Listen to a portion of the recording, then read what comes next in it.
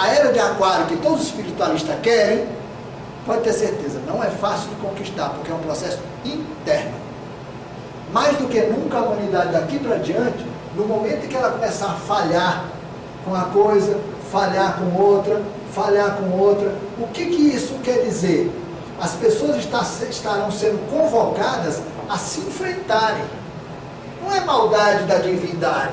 Todo mundo vai falar, Deus não existe, tirou meu emprego, caçou minha aposentadoria, acabou, faliu a ANIL e a não sei o que médio lá.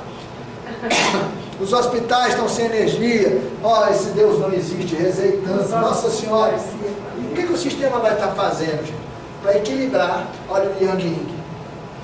Essas coisas estão acontecendo porque existe uma grande demanda no plano dos indivíduos, as pessoas, para mexerem dentro. Está todo mundo mexendo fora. Então isso aqui desmonta para a pessoa voltar-se para si. Isso não é por maldade. O sistema não está ruindo porque ele é podre. Ele é podre. Mas porque a podridão também está interna. É podre também o indivíduo que não se mexe dentro. Que continue. Sim, esse aqui é o podre. Porque isso daqui é reflexo de uma situação interna. Quanto menos as pessoas tocam aqui, mais o sistema tem força. Os indivíduos começaram a se transformar espiritualmente nessas últimas décadas.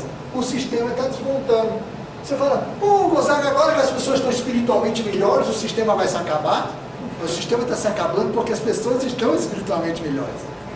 Quanto mais as pessoas avançarem espiritualmente, mais esse sistema vai ruir, porque ele não se presta a pessoas livres, as pessoas que têm autoconhecimento. Ele não é cadinho, território bom para a evolução de sistemas de pessoas avançadas. Precisa de um outro contexto. E por isso esse contexto vai desmontar. Esses indivíduos novos vão fazer um novo contexto, que um dia também vai ruir, para eles encararem um outro nível interno de problema. É assim que a coisa vai. Agora, se esses itens aqui forem furando, não adianta fazendo listinha, que não é dessa maneira. Isso aí é ação baseada no medo, gente. No medo. E não é isso, a proposta não é essa, é libertadora. É baseada na alegria, na vontade de viver de verdade, que muitos de nós não tem mais. Vocês não perceberam? Nós não temos mais alegria de viver, não temos mais tempo e nem vivemos coisas que são importantes para nós. Ficou tudo no sonho, a idade foi chegando e a gente não viveu o que queria viver. Até porque tínhamos medo de ir sozinho, né? Bom, mas olha, não adianta, portanto, fazer listinha. Botijões de gás, tantos. Gerador, não sei de quê, tanto. Tanto. Não adianta. Outras pessoas mais avançadas pegam e falam assim, não aguento mais essa loucura, quero viver, aí constrói uma casa lá no fim do mundo. Vai descobrir que sozinho não vai resolver grandes coisas. Quantas pessoas passaram por essa experiência? Até as pessoas entenderem que precisa compactuar isso, desenvolver uma estrutura de cooperação, porque os indivíduos podem se bastar sim, mas numa comunidade onde todos escutem e participem com uma meta comum. A meta é única, chama-se viver. Criar uma sociedade cooperativa para se ter tempo para as coisas que efetivamente são significativas. A coisa está tão preta que nós não sabemos hoje o que é significativo. Nós sabemos viver. Isso, viver. Portanto, não adianta listinha nem corrida do medo de ficar resolvendo essa estrutura. Não se trata disso, gente. O fim de um mundo, o fim de um modelo de sociedade, e nós nos prepararmos significa que nós temos obrigação para com a nossa vida. Para Gonzaga, que discussão é essa? Ecovila, não sei o quê. Olha, gente, a Ecovila é um instrumento para você viver. Só quem pode viver uma experiência de Ecovila pode ir fundo nessa questão. Nós temos que vivenciar isso para sabermos o que se trata efetivamente.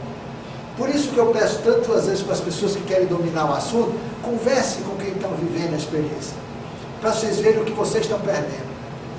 O que eu estou perdendo, porque eu não vivo numa comunidade. Eu trabalho pela ideia, trabalho muito pela ideia, e quero um dia. E tanto é que é verdade que para mim mesmo eu digo, se eu não conseguir fazer com que as pessoas compreendam a necessidade disso, eu vou me dar por satisfeito e vou viver a minha condição. Eu vou procurar uma comunidade e me entender com um grupo que possa me aproveitar. Porque eu não tenho alternativa, ninguém tem. A gente tenta, é um trabalho de conscientização que vale. Todos os indivíduos livres, que eu falo que estão se encontrando e interagindo, cooperando para o entendimento. Tem gente que tem que sacudir o outro e falar, cara, você é livre, pô. Você não entende que é livre? Não. Então, você não tem a mínima chance, né, de buscar uma oportunidade para eles mesmos. Bom, mas na busca de estruturas, não digo contra o sistema, nasceu há muito tempo um movimento, principalmente francês, que lançou um manifesto muito interessante, baseado também nas ideias, parcialmente nas ideias desse arquiteto Buck. Ele disse, se você entender a Terra, a vida na Terra como a pele da Terra, que tal cada pequeno indivíduo, cada grupo, mudar um pedacinho da onde vive? Aí o vizinho muda um pedacinho, o outro muda outro. Um dia, a pele da Terra inteirinha estará mudada, com projetos de vida ecológico. O grande sistema que domina e destrói a vida na Terra iria ficando cada vez mais acuado até que se auto-implodia. Isto é, as pessoas compreenderiam que essa vida é a vida e a única capaz de sustentar a vida no planeta, e o sistema se implodiria por desuso. Seria a condição ideal, que a consciência fosse estabelecendo padrões sustentáveis em linha holística no mundo inteiro. Esse ideal não morreu. Ele nasce com um documento francês muito importante que criou a palavra alternativa. O que esse documento, manifesto francês, queria dizer? Ele queria dizer que era fundamental que daqui para diante, o documento falava assim, as pessoas conscientes de que a vida na Terra corre sério risco e que querem preservar a sua vida, a vida no planeta e para gerações futuras, a partir de agora, começarão a pensar em alternativas contra o grande sistema, sem confrontá-lo. Olha aí a mudança entre guerra partidária, porque senão você podia criar um partido ecológico como o PV e sair confrontando os partidos tradicionais. Não, queremos a civilização ecológica. Isso aí só viabiliza um outro sistema, porque é baseado no conflito, é uma competição. No dia que o Partido Verde estiver no poder, ele vai ser o mesmo partido de esquerda ou de direita que um dia ele foi. Compreende a diferença? O outro grupo disse, não, não somos contra o sistema. Nós propomos livremente uma alternativa, vem quem quer. Cooperamos inclusive com vocês, para vocês verem os problemas que vocês vivem, para minorar a aflição de vocês, mas queremos o direito de viver a vida que nós queremos para nós e para os nossos filhos. Não queremos que ele tenha escola tradicional, que tenha a medicina oficial, nem o conhecimento oficial, nem a escola oficial. Não queremos esse tipo de governo, porque esses caras não representam nada, nem a gente. Nosso voto nessa estrutura se perde dentro dos grandes interesses e conflitos internacionais. Eu quero viver a vida, aproveitar o meu planeta, as belezas dele, me alimentar de maneira sadia, ter água limpa, ar puro e conviver com as pessoas para conhecer a mim mesmo e a beleza das outras pessoas. É um direito. Esse manifesto continua, gente, vivo até hoje. Aí ele criou a expressão educação, aí colocou alternativa, alimentação, alternativa, tecnologia, alternativa. A palavra alternativa passou a ser adjetivar todas as áreas de interesse que foram levantadas na época como importantes. O que é uma alimentação alternativa? É uma alimentação que torna você cada vez mais independente da alimentação oficial. O que é saúde? O que é terapias alternativas? São aquelas terapias que te deixam cada vez mais senhor da sua própria saúde, independentemente do sistema de saúde pública formal e da medicação. O que é tecnologia alternativa? É uma tecnologia que você faz em casa, domina, conserta e produz e recria, etc. E que você sabe o que faz, você se torna independente das tecnologias de fora. E eles não são radicais. Se pode usar computador? Pode. Até o dia que puder. Se você não puder consertar, fabricar chips, etc., essa não é uma tecnologia alternativa. Agora, se você dominar o ciclo todo, é alternativa. Então, que na verdade é a busca da independência. O alternativo é buscar independência em relação às pressões do sistema. A palavra passou a adjetivar, aí começaram a surgir grandes projetos educacionais incríveis, completamente diferentes da escola tradicional. Entrou forte a questão da alimentação no mundo, que aliás começou por aqui. Antes da saúde e das terapias, a alimentação macrobiótica entrou para valer, questionando os valores da alimentação ocidental.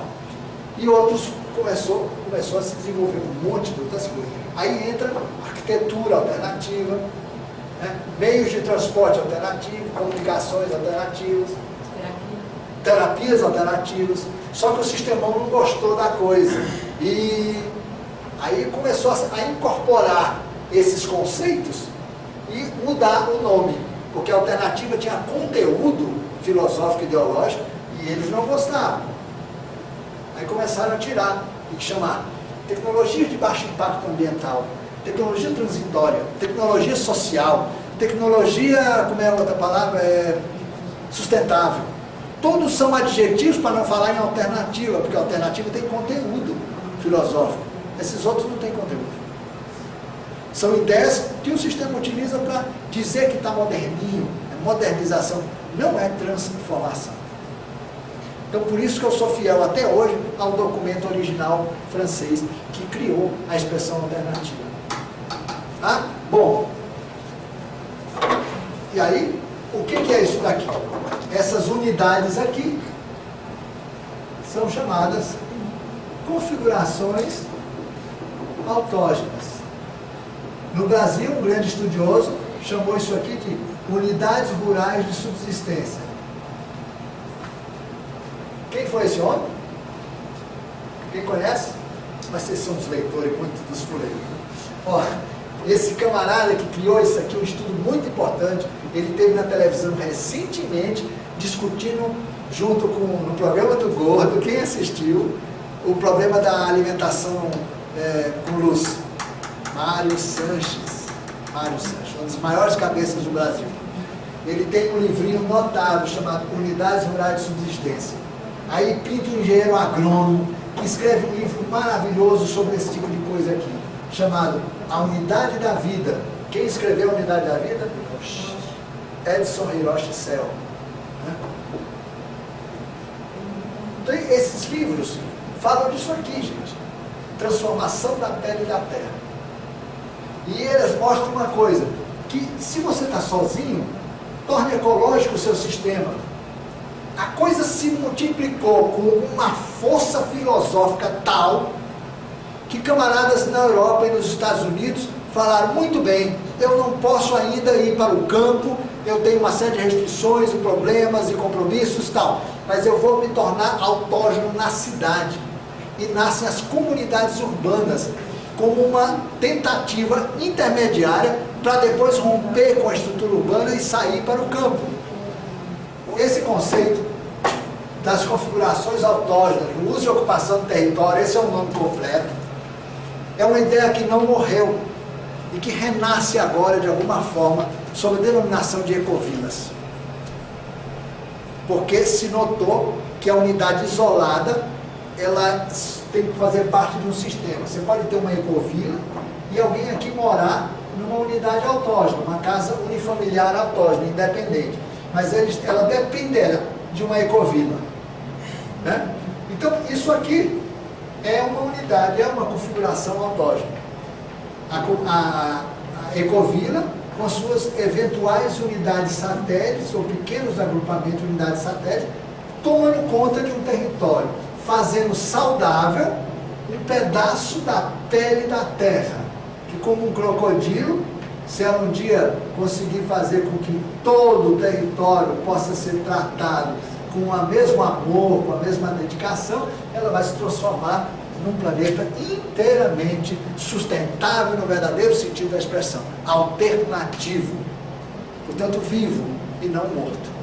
Terá se livrado de um monte de sistema que só danifica o meio ambiente e terá aberto espaço para que as pessoas vivam e possam circular no mundo e sem dinheiro. Ah, mas precisa transporte? Não, nem vou discutir isso aqui. Todas essas questões, você dizer que depende de dinheiro, não é verdade. Depende de dinheiro nessa estrutura. Mas numa estrutura inteiramente alternativa, não haveria necessidade disso. Como é que é possível um negócio desse? Como é possível uma comunidade sem dinheiro? Um grande exercício para vocês para casa. Mas existe essa possibilidade. Existem alguns grupos vivendo isso. É uma coisa muito... Isso aqui são projetos aonde entra território, condições desse território, quer dizer, o ecossistema, comunidade, quer dizer, a população envolvida no processo, e aqui a coisa da estratégia. Aliás, existe aqui as chamadas escolhas. O Book dedicou muita importância à coisa das escolhas. Olha,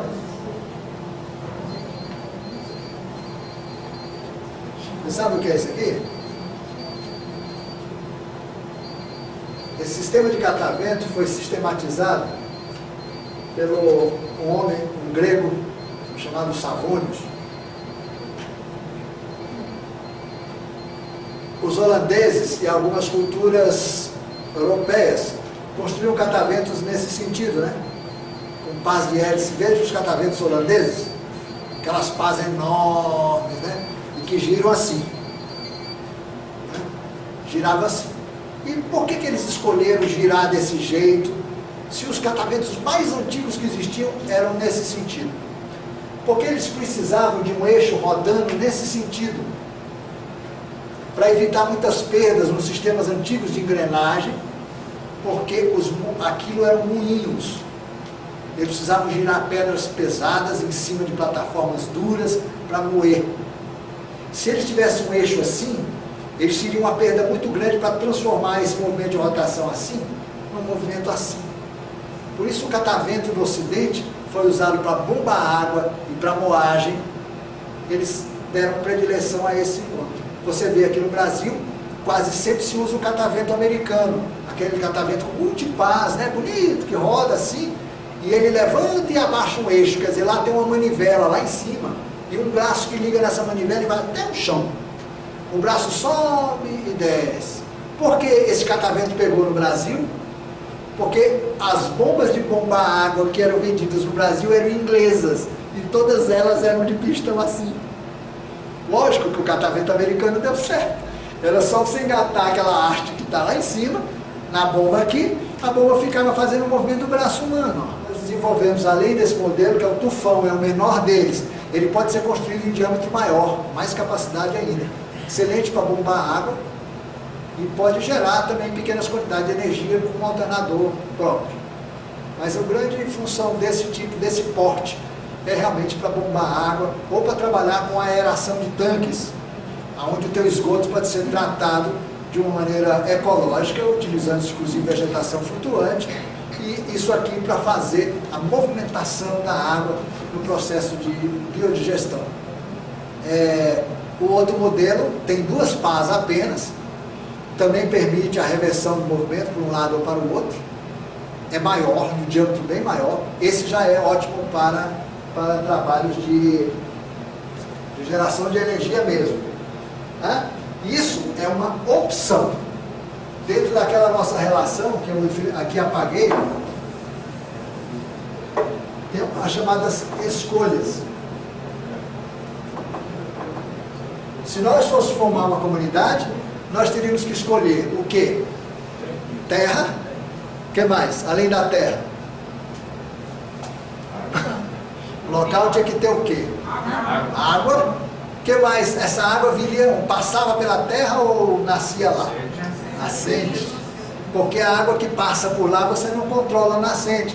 Ela pode estar sendo derrubada, as árvores, a mata ciliar, estragando ou poluindo a jusante, e você não vai ter água limpa na sua propriedade. Tá? O que mais além de água e terra? Você acha que numa situação de crise, essa terra tem que estar onde? Alta, isolada. E terra tem que ser boa? Não precisa ser boa, não. Porque toda agricultura alternativa, quanto pior a terra, melhor. Mas como? Tal, não sei o quê. É porque a agricultura alternativa não planta no chão. A agricultura alternativa pega um morro escarpado, né? Faz um buraquinho, constrói uma mureta, faz um buraquinho, constrói uma mureta, e vai pegando material orgânico e minhoca, e vai preenchendo, formando degraus. Quem é que plantava assim? Se eu desenhar algumas montanhas aqui do lado, vocês vão lembrar. Os Incas. Os Incas. Os Atlantes também. Os Atlantes. Todas as civilizações pré-colombianas, você não percebe que é tudo patamar? Por que patamar? Porque aonde é patamarizado, a energia telúrica é benéfica à saúde humana, contrariamente ao movimento normal do terreno. Se você quer fazer uma agricultura saudável, ecológica, do ponto de vista holístico, de bem para a saúde humana, plante em áreas terraceadas, porque ali você controla a energia telúrica. Aonde, se você tem uma propriedade em que toda a área é terraceada, as energias telúricas não adequadas para a saúde humana se desviam e não afetam essa área.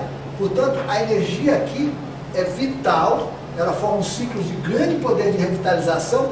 Tudo que você plantar aqui dentro é melhor como medicação fitoterápica, é melhor como tintura de ervas medicinais, é melhor, as flores são melhores para o trabalho de florais, e a alimentação é incrivelmente mais saudável. Além de ser medicinal, a alimentação viva, né? Isso tudo, gente, são escolhas. Lugar isolado, alto, tudo isso tem a ver com energia.